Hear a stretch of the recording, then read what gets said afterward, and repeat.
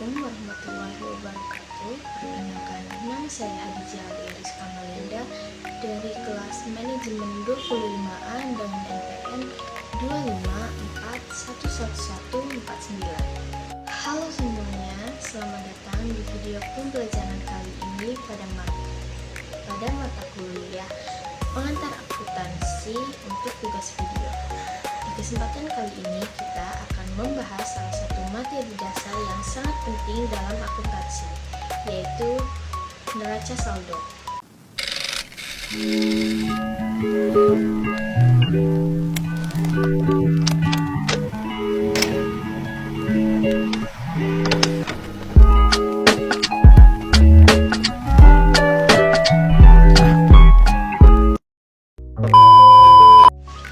Neraca saldo adalah bagian dari siklus akuntansi yang berfungsi untuk memastikan bahwa seluruh pencatatan transaksi keuangan dalam buku besar telah dilakukan dengan benar dan seimbang antara sisi debit dan kredit. Sebelum membuat laporan keuangan seperti laporan laba dan rugi, perubahan modal, dan neraca akhir, kita perlu membuat neraca saldo terlebih dahulu.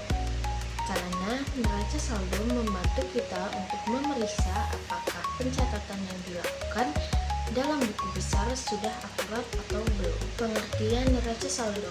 Neraca saldo atau dalam bahasa Inggris biasa disebut trial balance adalah daftar yang berisi saldo-saldo akhir dari setiap akun yang terdapat pada buku besar, baik akun harta, kewajiban, modal, pendapatan maupun beban, yang disusun dalam dua kolom debit dan kolom kredit. Tujuan utama dari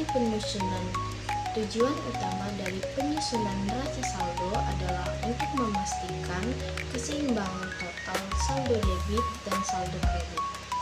Jika jumlah sisi debit sama dengan jumlah sisi di kredit, maka pencatatan dianggap seimbang atau balance, meskipun belum tentu bebas dari kesalahan. Berikutnya adalah fungsi neraca saldo. Ada beberapa fungsi penting dari neraca saldo, yaitu yang pertama sebagai alat pemeriksaan awal. Neraca saldo digunakan untuk mengecek apakah proses pencatatan dalam buku besar sudah seimbang. Bila tidak seimbang, berarti ada kesalahan yang harus diperbaiki. Yang kedua, sebagai dasar penyusunan laporan keuangan. Setelah neraca saldo disusun, data di dalamnya akan menjadi dasar untuk membuat laporan keuangan seperti laporan laba rugi dan neraca saldo setelah penyesuaian. Yang ketiga, sebagai alat ringkasan akun. Neraca saldo membantu merangkum semua saldo akun dalam satu lembar kerja agar lebih mudah dianalisis. Dan yang keempat, sebagai alat kontrol keuangan. Akuntan bisa mengetahui posisi keuangan perusahaan secara cepat, apakah saldo, harta, kewajiban, dan modalnya sudah sesuai atau belum. Selanjutnya, tujuan neraca saldo. Beberapa tujuan penting dari penyusunan neraca saldo antara lain adalah untuk memastikan keseimbangan antara total saldo debit dan total saldo kredit, untuk mendeteksi kesalahan pencatatan seperti angka yang tertukar atau akun yang salah tempat, dan selanjutnya untuk menyiapkan data mentah sebelum dilakukan penyusunan laporan keuangan. Yang terakhir, untuk memudahkan koreksi dan penyesuaian jika terdapat kesalahan pada buku besar. Jenis-jenis neraca saldo. Secara umum, ada 3 jenis neraca saldo dalam siklus akuntansi, yaitu 1. Neraca saldo yang belum disesuaikan atau unadjusted trial balance. Ini adalah neraca saldo yang disusun sebelum dilakukan jurnal penyesuaian. Tujuannya untuk melihat hasil pencatatan awal dari buku besar. Yang kedua, neraca saldo setelah disesuaikan atau adjusted trial balance. Disusun setelah dilakukan jurnal penyesuaian. Jenis ini sudah memperhitungkan akun-akun yang perlu disesuaikan seperti beban dibayar di muka, pendapatan diterima di muka, atau penyusutan. Yang ketiga, neraca saldo setelah penutupan atau post-closing trial balance, disusun setelah jurnal penutup dilakukan dan hanya memuat akun permanen seperti aset, kewajiban, dan modal, karena akun sementara seperti pendapatan dan beban sudah ditutup. Langkah-langkah menyusun neraca saldo. Untuk menyusun neraca saldo, kita bisa mengikuti langkah-langkah sebagai berikut. Yang pertama, menyiapkan buku besar. Pastikan Pastikan semua transaksi sudah diposting dari jurnal umum ke buku besar. Yang kedua, menghitung saldo akun. Hitung selisih antara total debit dan kredit dari setiap akun di buku besar.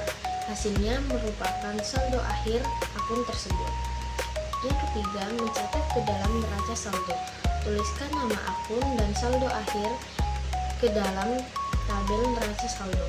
Jika saldo ada di sisi debit, masukkan ke kolom debit. Jika ada di sisi kredit, masukkan ke kolom kredit. Yang keempat, menjumlahkan kolom debit dan kredit. Setelah semua saldo dimasukkan, jumlahkan kedua kolom. Jika hasilnya sama, maka neraca saldo seimbang.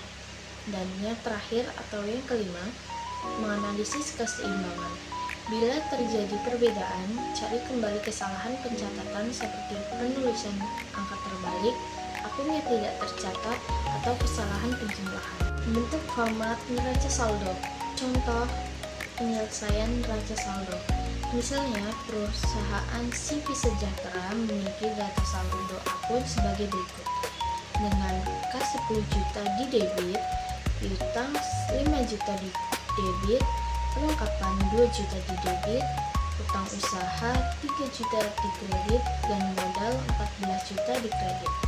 Ketika disusun dalam neraca saldo, total sisi debit adalah 17 juta dan total sisi kredit adalah 17 juta.